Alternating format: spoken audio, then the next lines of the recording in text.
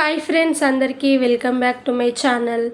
ఈరోజు వీడియోలో simple and టేస్టీగా మటన్ బిర్యానీ ఏ విధంగా ప్రిపేర్ చేయాలో నేను మీ అందరితో షేర్ చేద్దామని అయితే అనుకుంటున్నాను.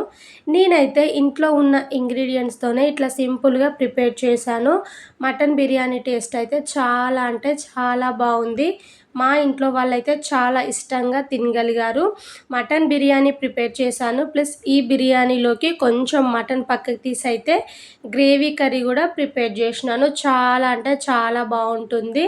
నేనైతే ఎప్పుడైనా మటన్ బిర్యానీ తినాలి అని అనిపిస్తే ఇట్లా ఇంట్లోనే సింపుల్గా ప్రిపేర్ చేస్తాను. టేస్ట్ అయితే అదిరిపోతుంది. వీలైతే మటన్ బిర్యానీ నేను చెప్పినట్టు ఒక్కసారి మీరు కూడా ట్రై చేసి ఈ మటన్ బిర్యానీ మీకు ఎట్లా కుదిరిందో నాకైతే కామెంట్ చేయడం అయితే మర్చిపోకండి. ఫస్ట్ అయితే ప్రాసెస్ చూసేద్దాం.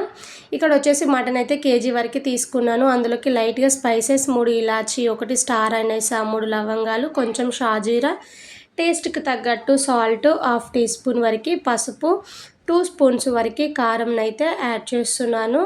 అలాగే 1 టేబుల్ స్పూన్ వరకు అల్లం వెల్లుల్లి పేస్ట్. నేను బ్రౌన్ ఆనియన్స్ అయితే ముందుగానే ప్రిపేర్ చేసి పెట్టుకున్నాను. కొంచెం క్రష్ చేసినట్టు యాడ్ చేయాలి. అలాగే 10 గల పచ్చిమిరపకాయ ముక్కలు, అలాగే పెరిగేసుకోవాలి. 1 కప్ వరకు పెరిగేసుకొని ఇందులోకి 1/2 లెమన్ వరకు రసాన్ని అయితే తీసేసుకోవాలి. బ్రౌన్ ఆనియన్స్ వేయించేటప్పుడు ఆయిల్ ఉంటుంది కదా, ఆ ఆయిల్ని అయితే యాడ్ చేశాను. లాస్ట్లో మంచిగా గరం మసాలాని అయితే యాడ్ చేసుకొని మొత్తం కలిసేలాగా బాగా మిక్స్ చేయండి. సో చూసిలా కొంచెం ఇట్లా మ్యాష్ చేసినట్టు మిక్స్ చేసామనుకోండి, మటన్ ముక్కలకి ఉప్పు, కారం, మసాలా అనేది చక్కగా పడుతుందన్నమాట. మనం పుదీనా, కొత్తిమీర అనేది లాస్ట్లో యాడ్ చేసుకోవచ్చు. ఫస్ట్ అయితే ఇట్లా మసాలాలు పట్టేటట్టు మటన్కి మంచిగా మిక్స్ చేసి ఇప్పుడు పైనుంచి కొంచెం అంతా పుదీనా, కొత్తిమీర వేసుకొని అర్ధగంట పాటు అయినా కానీ దీన్ని పక్కన పెట్టేసుకోవాలి.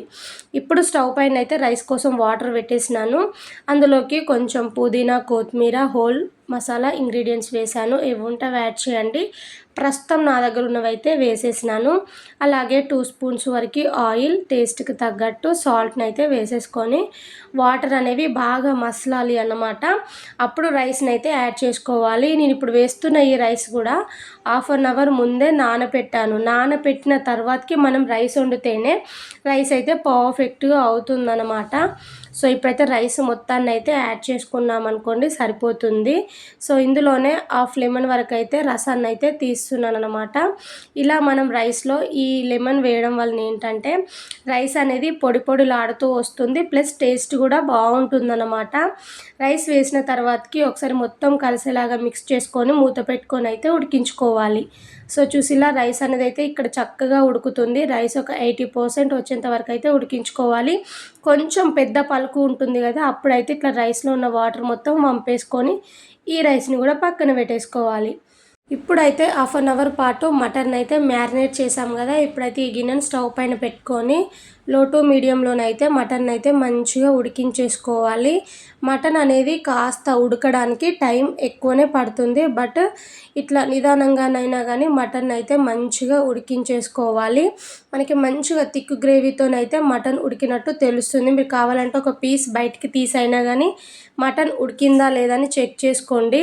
సో ఇక్కడనైతే నేను కొంచెం మసాలాను అయితే యాడ్ చేస్తున్నాను. అంటే ఈ స్టేజ్లోనే సాల్ట్ గిట్లా ఏమైనా తక్కువైనట్టు అనిపిస్తే కొంచెం సాల్ట్ అయినా వేసేసుకోవచ్చు. నాకు సాల్ట్ అయితే కరెక్ట్గా సరిపోయిందన్నమాట. ప్లస్ మటన్ కూడా మంచిగా ఉడికింది. ఇప్పుడు పీసెస్ని అయితే గంజు మొత్తం స్ప్రెడ్ అయ్యేలాగా ఇట్లా స్ప్రెడ్ చేయండి. ఎందుకంటే మనం రైస్ పైనుండి వేస్తాం కదా, తీసేటప్పుడు పీసెస్ అనేవి సమానంగా రావడం కోసం అయితే పీసెస్ని అయితే ఇట్లా సమానంగా స్ప్రెడ్ చేసుకోవాలి. ఇప్పుడు మనం ముందుగా ఉడికించి పక్కన పెట్టుకున్నాం కదా, ఆ రైస్ని అయితే యాడ్ చేస్తున్నాము.